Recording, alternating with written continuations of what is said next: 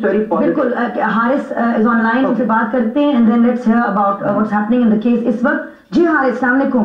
السلام علیکم. وعلیکم السلام.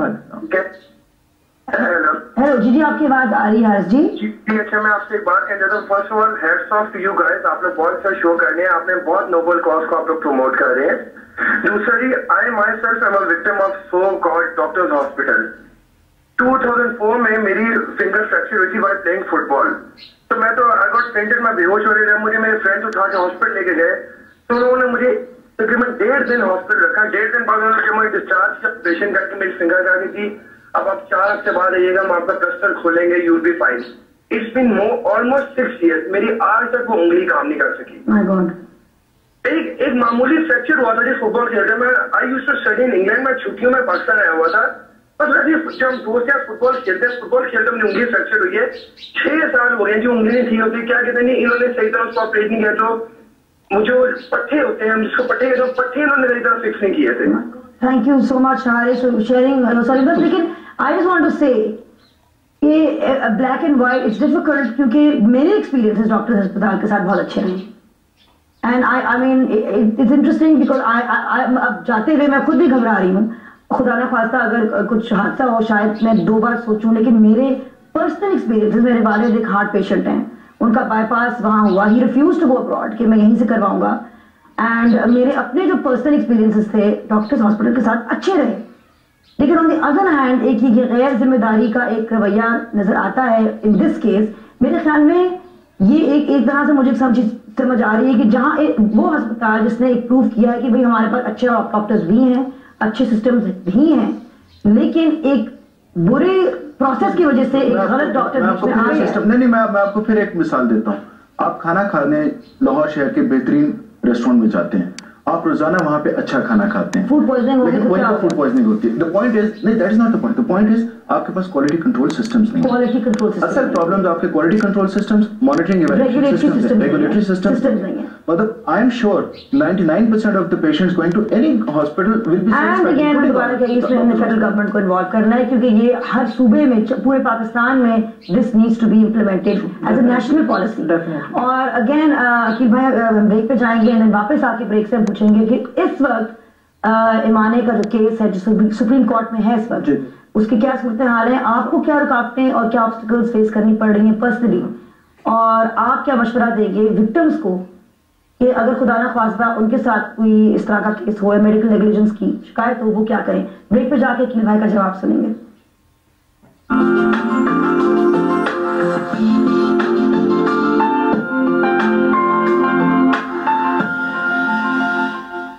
ایمان ملک کے فادر اور ڈاکٹر نعیم ظفر کے ساتھ. اچھا میں خاص طور پہ بتاتی چلوں یہ program this is not an attack on doctors. I mean doctors have saved my father's life over and over again in Pakistan. My father, my mother, myself, all my family. میرے اپنے 2 بچے جو ہیں ڈاکٹر نعیم ظفر جو ہیں, I mean you know بہت سارے اور ڈاکٹرز ہیں, ڈاکٹر ساجد مقبول ہیں, you know another pediatrician for my children. So these are people who have saved my children's lives, my lives over and over again. لیکن like you said جو ابھی ہم discussion کر رہے تھے ابھی بریک میں کہ سسٹم نہیں ہے, سسٹم نہیں ہے, اور کیونکہ سسٹم نہیں ہے, لٹرلی سینٹرل کوئی سسٹم نہیں ہے, فیڈرل سسٹم نہیں ہے, نیشنل پالیسی کوئی نہیں ہے, تو اس سے یہ دراریں پیدا ہو جاتی ہیں. بہت سارے ایسے اسپتال ہیں جہاں پہ کنسلٹنٹس پہ زیادہ توجہ دی جاتی ہے اور ان کی ایمرجنسیز صحیح نہیں چلتی. یہاں میرے پاس ایک کوٹ ہے, ایم ایس ہیں جنرل ہاسپٹل کے ڈاکٹر اقبال کاظم, انہوں نے کہا کہ یہ جو حالت پیدا ہوئی ہے اس کی اقبال کاظمی, اور انہوں نے کہا ہے یہ جو حالات پیدا ہوئے ہیں اس کی بڑی وجہ پیسے دے کر اور پرائیویٹ اداروں سے میڈیسن کی ڈگری حاصل کرنا ہے, اس غیر معیاری تعلیم کے نقصانات سامنے آ رہے ہیں. Again pointing to Pakistan Medical Dental Council جس نے کہ ان ہاسپٹلس کو رجسٹر کیا ہے for that. میں جو اس کا ایک آسان حل بتاتا ہوں جو ہم کر رہے ہیں ایٹ پہچان, what we are doing is کہ we are creating small systems in pockets. جیسے ہم نے کہا کہ ابیوز چلڈرن کے لیے ہم نے ایک سسٹم کریٹ کیا ہے ان کو مینجمنٹ کے لیے, اور ہم نے چلڈرنس ہاسپٹل میں اور 14 اور ہسپتالوں میں کمیٹیز بنائی. ان 14 کمیٹیز میں سے اب children hospital has owned one of these committees as child protection unit. South Asia کی پہلی یہ کمیٹی ہے. اب ہماری ہماری ریکویسٹ گورنمنٹ سے ہے کہ اس کو ہر ہسپتال میں پلیس کرتے جاؤ. ٹیکنیکل سپورٹ ہم دینے کو میرے خیال میں ہم بھی آپ کے ساتھ ہمیں بیدار ہونا پڑے گا. عقیل بھائی صرف سوسائٹی کو بیدار ہونا پڑے گا. ہمارے ساتھ لائن پہ کنول موجود ہیں, انم کی بہن انم, 19 سالہ انم, جو پچھلے دنوں میں ابھی کراچی میں شی پاسڈ ہوئے ان ہاسپٹل, وہی وسطہ ٹیکوں کی وجہ سے. جی السلام علیکم کنول. وعلیکم السلام. کنول بیٹا, آپ سے صبح بھی میری بات ہو رہی تھی, میں چاہ رہی ہوں آپ ناظرین کے ساتھ شیئر کریں کچھ کہ آپ کے ساتھ کیا ہوا. اور آپ کہتی ہیں, آپ نے ایک بڑی اہم بات کی میرے سے کہ تفتیش کریں, مذمت صرف نہ کریں, گورنمنٹ تفتیش کرے. آپ کے ساتھ تو خیر مذمت بھی نہیں اس وقت ہوئی. بس اہم بات نہیں, یہ ہمارے لیے بہت ضروری ہے, کیونکہ ہم یہ نہیں چاہتے کہ ہم ہاسپٹل کے بارے میں نہیں کہنا چاہتے, ہم صرف ڈاکٹرز کے بارے میں کہنا چاہتے ہیں. اور ہمیں کچھ چاہیے بھی نہیں, ہمارے سامنے صرف ڈاکٹرز آنا چاہیے بس, اور کچھ نہیں, اور صرف اس کی سزا آنی چاہیے. آپ نے مجھے بتایا کہ جو ڈاکٹر تھے جنہوں نے آپ کے بہن کو یہ ٹیکے دیے وہ غائب ہو گئے, اور انہوں نے آپ کے ہاتھ سے پرچیاں بھی لے لی جس پہ ٹیکوں کا نام لکھا تھا. جی بالکل. اور وہ لاپتہ ہیں 5-6 دنوں سے, آپ سے ان کی ملاقات نہیں ہو سکی.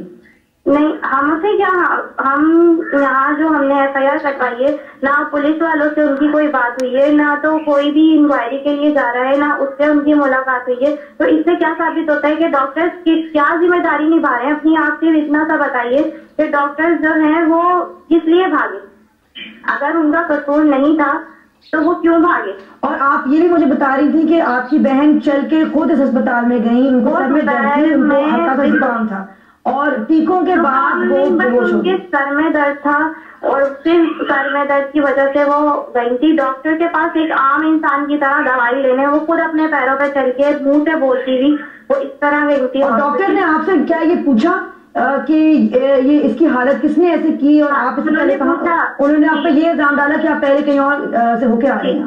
جی جی, کیونکہ ہم جب یہاں سے گئے تو دوبارہ جب وہ گئی ہیں ہاسپٹل تو ان کی حالت بہت خراب تھی. تو ڈاکٹرز نے فوراً یہ سوال کیا کہ یہ کون سے, مطلب کہاں سے آپ نے ان کو ٹریٹمنٹ دیا تھا, اور کون سے ڈاکٹر نے ان کو ٹریٹمنٹ دیا تھا, آپ بتائیے, اور کون سا انجیکشن لگا تھا ان کے. تو ہم سے یہی بات بولی کہ یہ تو جو کچھ بھی ہوا ہے آپ کے ہاسپٹل میں ہوا ہے, کیونکہ یہ یہیں سے ہو کے گئی تھی, اور ڈائریکٹ اب دوبارہ یہیں پر ہی آئی ہیں یہ, اور کہیں ہم لے کے ان کو نہیں گئے, کسی ہاسپٹل میں لے کے نہیں گئے, اور کسی کے پاس نہیں لے کے گئے. اور یہ اس ڈاکٹر کے آپ کسی نے ان کے گھر میں چیک کیا کہ یہ گھر پہ تو نہیں ہے؟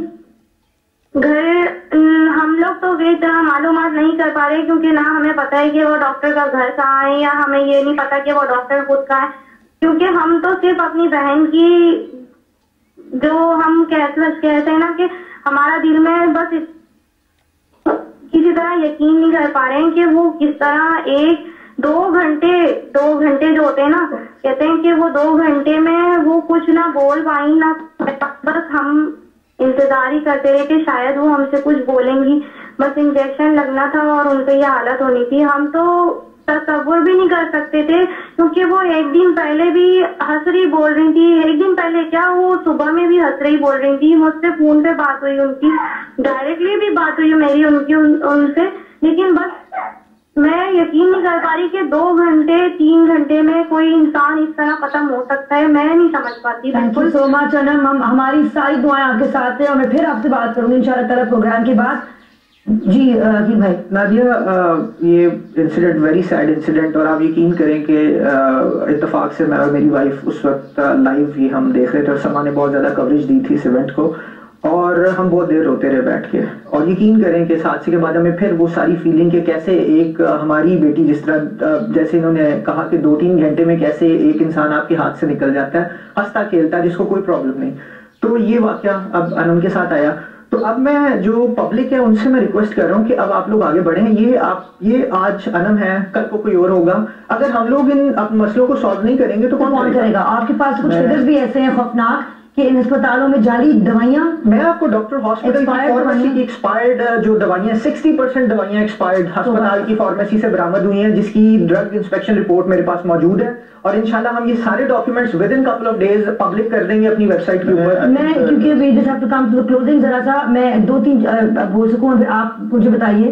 اگر ہم یہ انشور کر سکیں کہ کسی طرح سے سسٹم میں ایک سسٹم کریٹ ہو, لیجسلیشن کریٹ ہو جو انشور کرے جو ڈاکٹرز ہسپتالوں میں ہیں وہ واقعی میں کوالیفائڈ ہیں, ٹرانسپیرنسی ہونی چاہیے اس سسٹم میں, اکاؤنٹیبلٹی ہونی چاہیے اس سسٹم میں, وہ ہسپتال جو میرے خیال میں 2 سے 3 بار زیادہ میڈیکل نیگلیجنس کی کیسز میں آئے سامنے, ان کو واقعی بند کر دینا چاہیے. اگر 1 2 3 کیسز آئیں تو آئی تھنک دیٹ از انف. اس کے علاوہ جو مطلب ایڈمنسٹریشن کے حوالے سے, کیونکہ اکثر ڈاکٹرز کا یہ مسئلہ نہیں ہوتا, ایڈمنسٹریشن کا ایک مسئلہ ہوتا ہے